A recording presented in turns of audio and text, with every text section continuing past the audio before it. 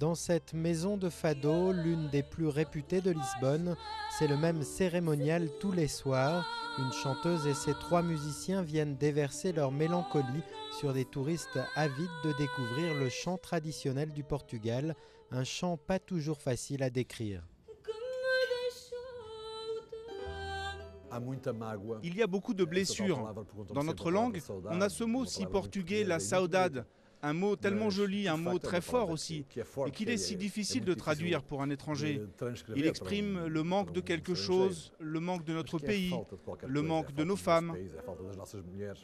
Un manque que l'on affiche un peu partout à Lisbonne, dans l'Alfama, l'un des quartiers populaires où serait né le fado voilà bientôt 2 siècles. Ces mélodies surgissent presque à chaque coin de rue, à chaque terrasse de restaurant.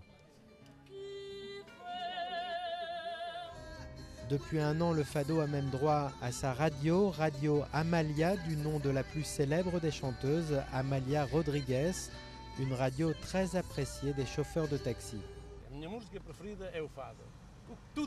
C'est vraiment ma musique préférée. Tout ce qui est portugais, le fado, le foot, la tauromachie, ça fait partie de ce que j'apprécie le plus.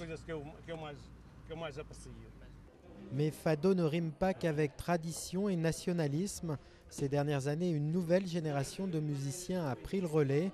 Missia, Marisa ou encore Cristina Branco, des artistes parfois plus connus à l'étranger qu'au Portugal et qui ont choisi de s'affranchir un peu des thèmes les plus tragiques du fado.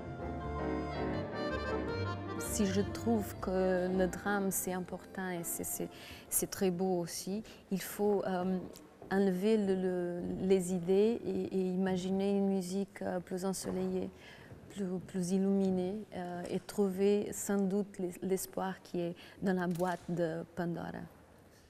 Fado tragique ou fado plus optimiste, c'est un peu toute cette histoire que la ville de Lisbonne aimerait voir reconnue et protégée. C'est pourquoi elle a déposé en juillet dernier la candidature du fado à l'inscription par l'UNESCO au patrimoine culturel immatériel de l'humanité. Ce qu'on souhaite obtenir avec cette candidature, c'est un engagement très sérieux et solide pour la protection des témoignages physiques sur l'histoire du fado. Des enregistrements, des phonogrammes, des revues, des périodiques ou encore des photos. L'UNESCO devrait se prononcer d'ici environ un an. Si le fado devait être retenu, il signerait l'entrée du Portugal dans le prestigieux classement culturel.